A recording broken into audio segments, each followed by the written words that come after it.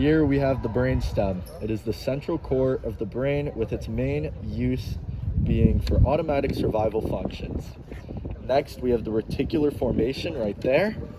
It is a nerve network traveling through the brainstem and thalamus used to filter and process information. You can see the reticular formation in action when you unknowingly begin to filter out background noise.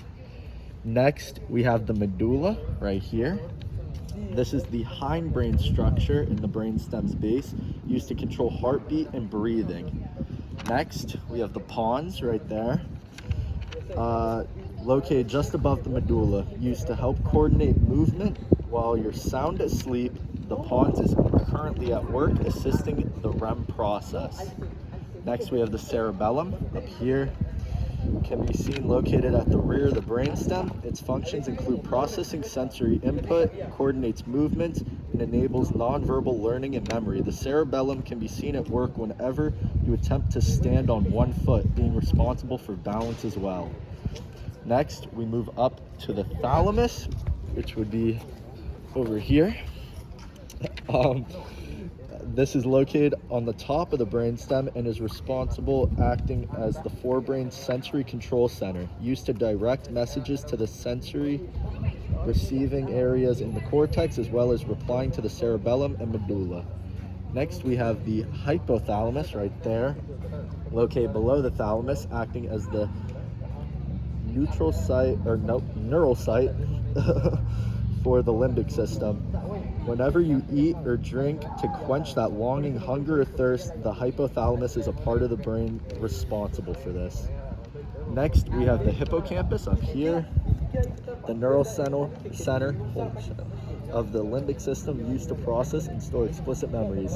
A fun fact for the hippocampus would be that many football players actually damage their hippocampuses through many sustained concussions, leading to various memory problems.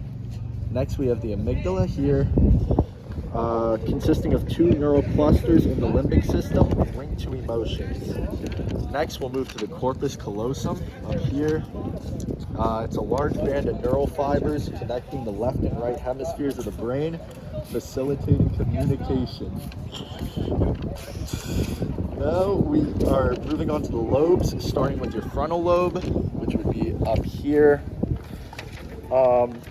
The frontal lobe lies directly behind your forehead, enabling linguistic processing, muscle movements, higher order thinking, and executive functioning.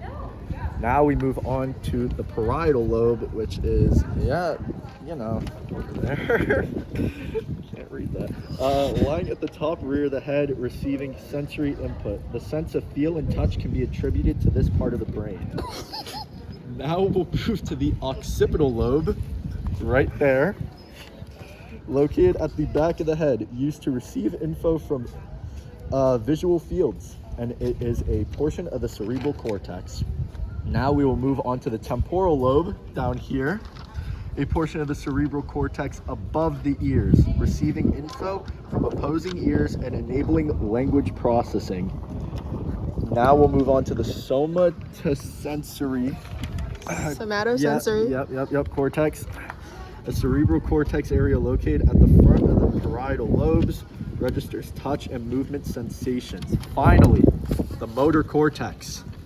Right here, a cerebral cortex portion located at the rear of the frontal lobes controls voluntary movement. Boom. We're done.